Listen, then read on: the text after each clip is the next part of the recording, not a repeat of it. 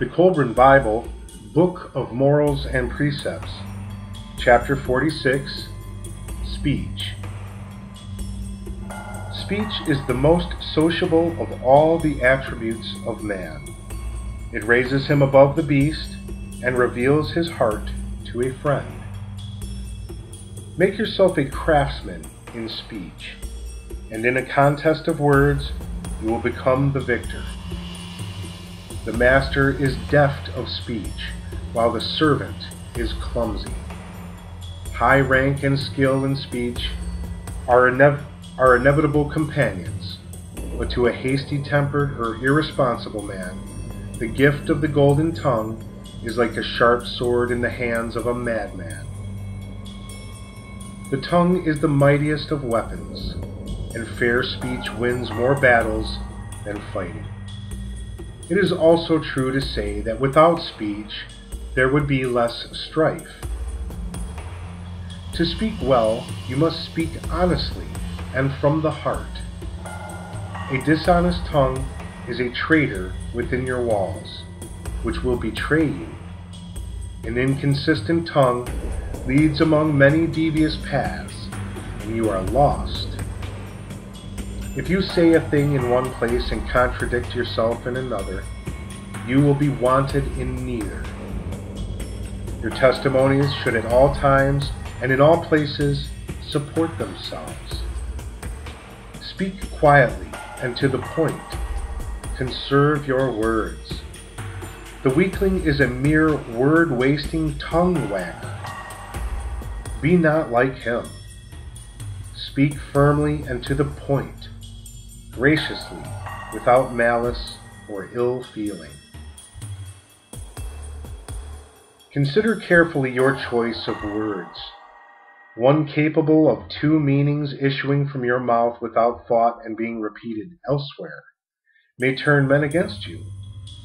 The tongue has overthrown many men and brought them to ruin. The tongue has built a prison for many men. Many words batter down the gates of content, and regret enters. But silence will never betray contentment. In silence there is safety. A closed mouth safeguards tranquility. If accused by a liar, return a firm answer, remembering that he will also be a coward. His falsity will bear him off. Fine speech flows not from the places of instruction alone, nor is it the prerogative of the wise.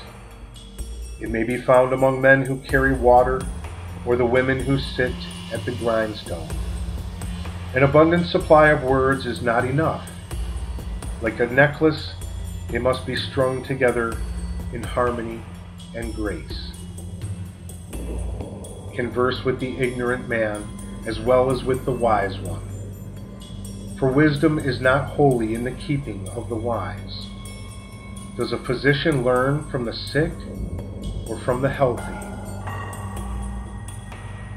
If you encounter one who displays better craftsmanship in speech than you, do not set yourself up against him to contest in his words. Show your discretion in silence, bearing in mind that in many cases, silence is more effective than a bombardment of words. Then, too, if you remain silent, men will credit you with greater ability and say, had you spoken, he would have been overwhelmed and his argument refuted. There is a time for talk and a time for silence, and wise is he who knows the difference. He who speaks when he has no argument confounds himself, but if he remains silent, men may say he might have had a case. Speak not until you have full understanding of a matter and can explain it even to he who knows more. In matters close to your heart, never fear that you will be lost for words. For if the heart be wrung, the mouth will open in eloquence. Even a dumb man makes a noise when kicked. When you have nothing to say, say nothing. Never lash the air with your tongue. He who speaks for the sake of hearing his own voice has an audience of one, and he is a fool. Applause is a spur to the real man, but an end and aim to the foolish man and weakling.